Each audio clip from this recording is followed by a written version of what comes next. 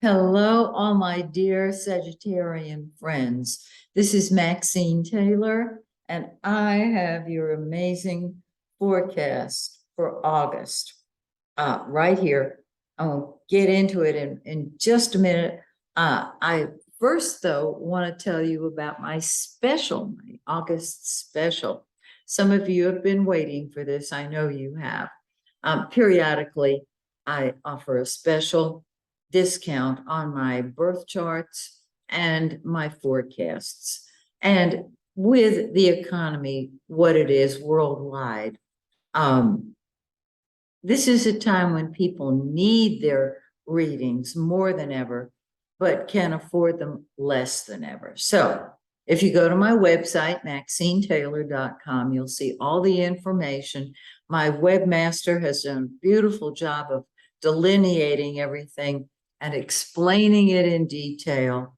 And I have a special offering that came from you guys. You told me what you wanted, and I decided I was going to deliver. You have the option, if you choose, you don't have to order this, but if you would like to, we can meet, you and I, just the two of us, on Zoom, face to face, and I will give you your reading on Zoom, on a video, on a video.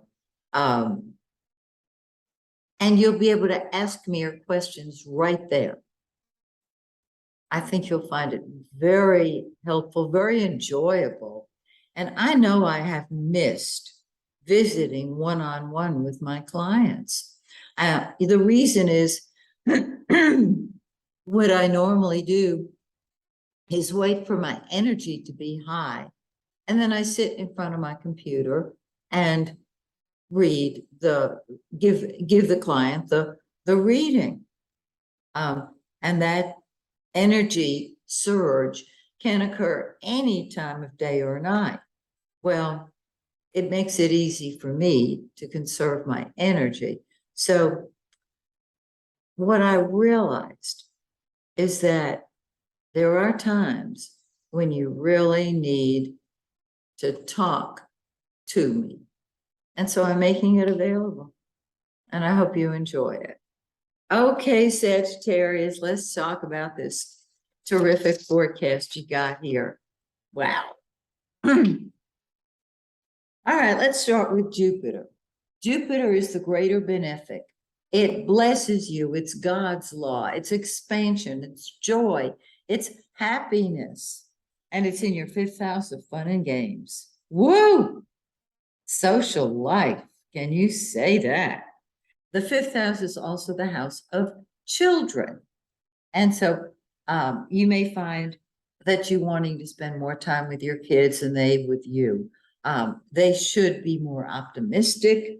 And all the qualities of Jupiter, all the benefic qualities are there in that fifth house. The only problem is that Jupiter is retrograde, and it will stay retrograde for a few months. And the problem with that is it's not putting out the energy right now that it will be doing, putting it out when it goes direct. And so I'll let you know when that is, because when that happens, there'll be kind of not an explosion, but a whoosh of energy that you will feel. I love it. The red planet is Mars, the warrior. And wherever Mars is what you fight with and fight for. Period, bottom line. And whatever you put your attention on grows. Mars is in your sixth house of work, health, and service. And so you're throwing yourself into your job, you're throwing yourself into your health. If you overdo, you could create an inflammation or a fever. But wherever Mars is what comes first to you, and that is service. If you're looking to change jobs, you could if you wanted to. Now, on the 20th, Mars moves into your seventh house of partnership. And this is business or friendship or romance or all three. It's the other people in your life who come first to you. And this is good because they are coming first to themselves. You'll see. You'll see. Everybody's talking about themselves. Okay. But this can help you interact with other people on a one-to-one level. Really cool. Venus, the planet of love, is in the 8th house of secrets. Wherever Venus is what you love. You love secrets. You love the psychic realm. You like to help other people financially to create their own finances, of course. And anything in the 8th house is going to undergo a transformation, an improvement. So Venus is going to be in your 8th house till the 11th of August. It's been there for a while. It is there now.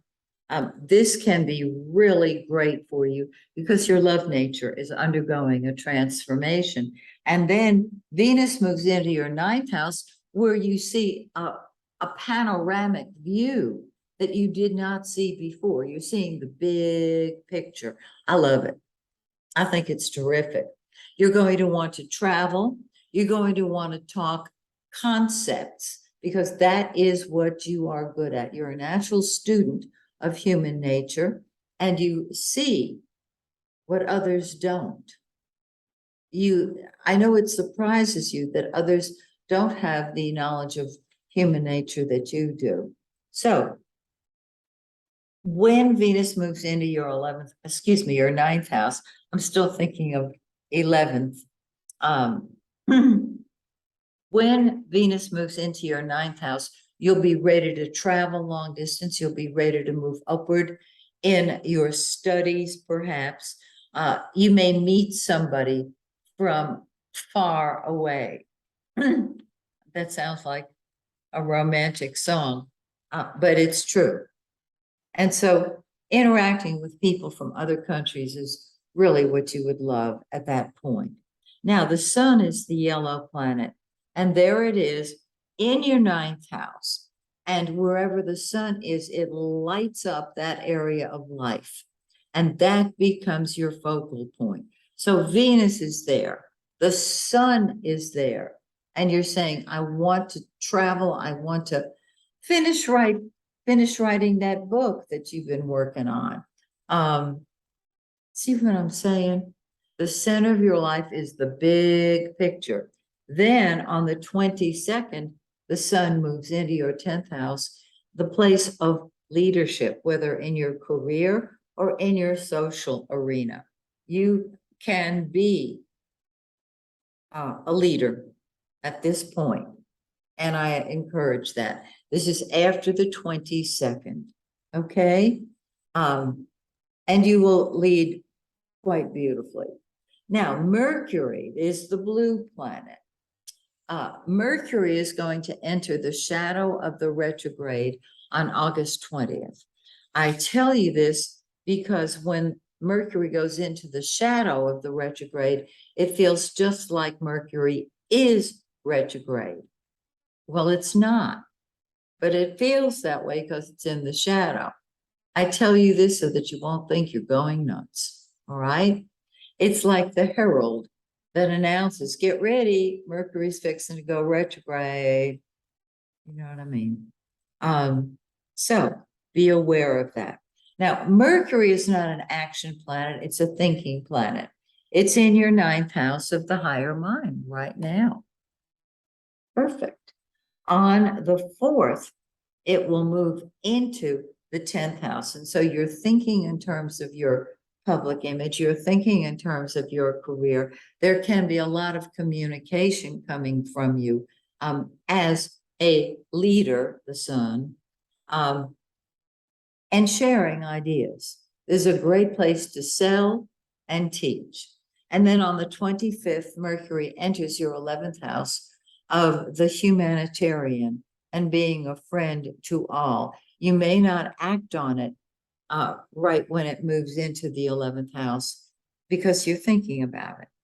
But you'll find that as the sun and Venus move toward the 11th house, things start blossoming and taking shape. The full moon is on August 8th. Excuse me, I apologize. August 11th. Can't read my own handwriting, so I'm flipping numbers. It is in 19 Aquarius. It's in your third house of communication. And I have yet to meet a Sagittarian who did not introduce humor into all of their conversations. So express your ideas. The ninth house deals with your principles, your beliefs. The third house deals with your ideas. It's the dumbed down ninth house is what I call it, so that people will understand what you're saying. And that's where your ideas can come to a head and bloom. 2 weeks later, on the new moon, that's when energy starts growing again. The new moon is on August 27th. It's in 4 Virgo. 2 days before the new moon, we're in the dark of the moon. There's no energy. There's no light in the heavens. And so on the new moon, on the 27th, that is when things start moving forward. Yay! So, how about that forecast for you? Oh, love it. So that is August. I hope you'll join me next month.